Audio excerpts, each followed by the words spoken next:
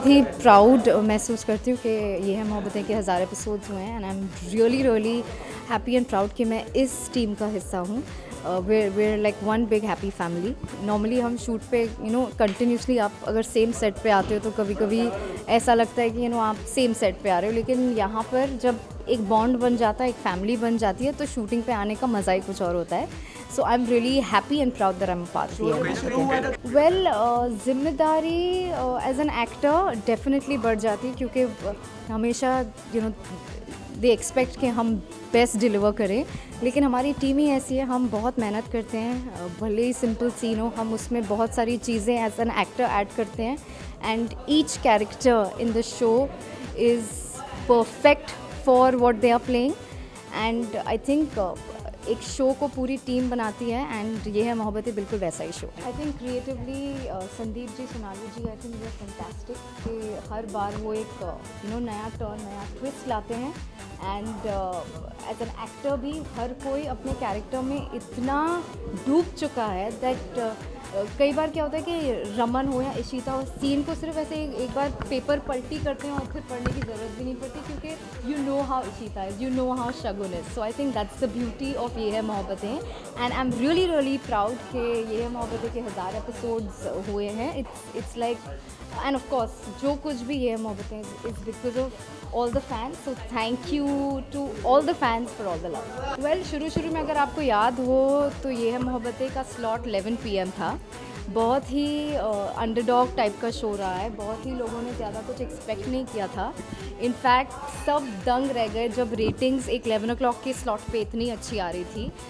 So I guess it's just team effort and it's all the actors, it's the creative effort कि हम इस मुकाम तक पहुँचें and of course the love of fans, absolutely. In fact कई बार क्या होता है कि जितना ज़्यादा एपिसोड होते हैं वो ईगो इश्यू हो जाता है या ये प्रॉब्लम हो जाता है या ये एक बहुत ही क्लीन शो है। यहाँ पर सब एक दूसरे को सपोर्ट करते हैं। इवन सीन के वक्त कभी कभी ऐसा हुआ कि इशिता और मेरा सीन हो रहा है एंड समटाइम्स आप थोड़े से लॉस्ट होते तो Ishita would actually tell me कि नहीं ये ऐसे like everybody is out to help each other. It's completely like a family and हम एकजुट हैं and together we are all very proud. I think memorable सबसे ज़्यादा मेरे लिए सीक्वेंस सीन जो रहेगा वो होगा जब मैं ड्रंक हूँ और डस्टबिन के पास गिर जाती हूँ। वो एक मेरे लिए बहुत ही टर्निंग पॉइंट था शगुन के कैरेक्टर के लिए, बहुत ही डिफ़िकल्ट सीन था परफॉर्म करने के लिए and to me that was the most exciting sequence. Well, हर शो की एक अलग ब्यूटी होती है। काव्यांजलि was beautiful there, Yeh Hai Mohabbatein is beautiful now and मैं 16 साल से इस इंडस्ट्री में हूँ। It's been very beautiful the entire journey and मैं बहुत ही खुश नसीब हूँ। Thank you to God and all the fans के आज मैं हूँ जो कुछ भी हूँ। 1000 एपिसोड पूरे हो गए हैं, 3 साल पूरे हो गए हमारे और हमसे ज़्यादा खुश और कोई नहीं हो सकता। 3 साल की जर्नी किस तरह से निकली हमें पता ही नहीं चला।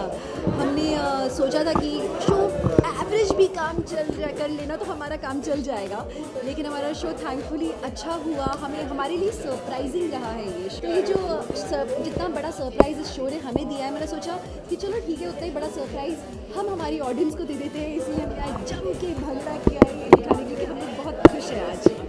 फर्स्ट डे शूटिंग, मोहब्बतें की जो पहले दिन शूटिंग थी, आई थिंक मैं रूही के दांत पे कुछ काम कर रही थी, उसे कन्हैया की कहानी सुना रही थी and that was really beautiful.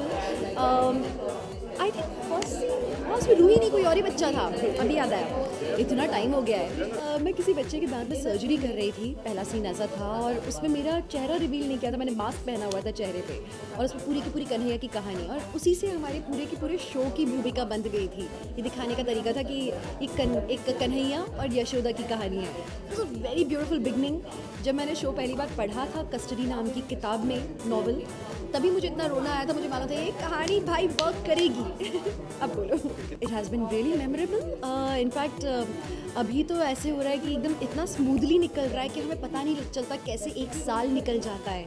लेकिन जब कभी भी ये शो ख़त्म होगा डेफिनेटली बहुत याद आने वाली है सबकी। It was all good. I am blessed with very good actors.